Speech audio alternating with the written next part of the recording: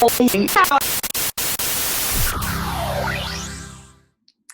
and welcome to another episode of Humans in 5. There are lots of thoughts, feelings, or even people who can get us in the mood for love, and sometimes a bit of love making. For example, Idris Elba. Or Selma Hayek. Or Tan France. Of course, there's also the root cause for all this excitement, our hormones. Hormones are those chemical messengers that travel around our bodies and aid in everything from how hungry we feel, to being able to reproduce, to how much sleep we need at different times of the year. The endocrine system, which is the entire body system dedicated to hormones and how they function, is actually really complex. We understand a fair bit about them, but the more research that's carried out on them, the more they seem to pop up in places that we wouldn't expect. For example, research has demonstrated that adipose tissue, or fat tissue, actually secretes a few different hormones, some of which are involved with how energy is used in our bodies. There are some parts of our lives where we expect to see, and certainly talk about, hormones more regularly: our sex lives and reproduction. We've talked about before on this channel the varied actions of hormones like testosterone and estrogen, and their impact on many different parts of the body. But both of these hormones are pretty frequently referred to as sex hormones.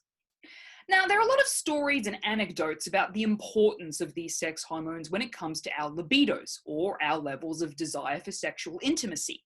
You may have heard that having super high levels of testosterone is essential for being a good lover, or that having too much estrogen makes you too emotional to be sexually active. As always, it's never that simple. Sexual desire isn't a mathematical calculation. What works for some people doesn't necessarily work for others, assuming the same thing works for one person every time.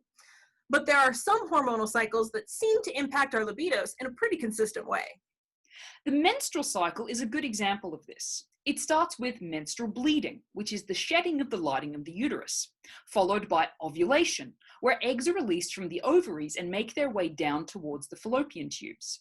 From a life course perspective, ovulation is super important. This is the time where a person can most easily get pregnant. Research has found that people with uteruses tend to have a major shift in their libido during ovulation. They fantasize more, they have more sexually oriented dreams. Some studies have even found that the length of the clitoris may increase during ovulation, which could give another reason to get it on. Interestingly, there are fewer studies looking into hormone cycles and libido amongst people without uteruses. This probably underlines some assumptions we might have about genders who want to have sex all the time and genders who have to be convinced into having sex. Recognizing that something like ovulation changes patterns in libido also means understanding that feeling sexy isn't a tap that can be switched on and switched off.